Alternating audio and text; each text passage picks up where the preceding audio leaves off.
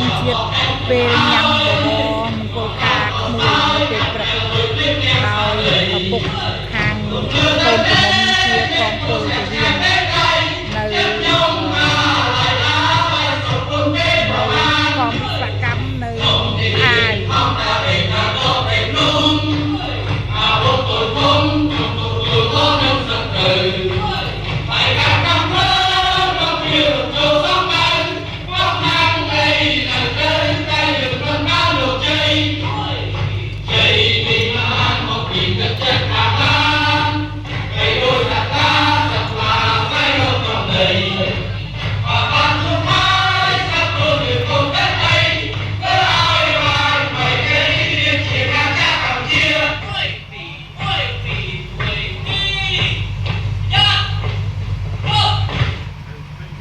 អាសូមអរគុណសូមអធិស្ឋានចាវិសាបបបន្តទៀតឲ្យគុំប្រទេស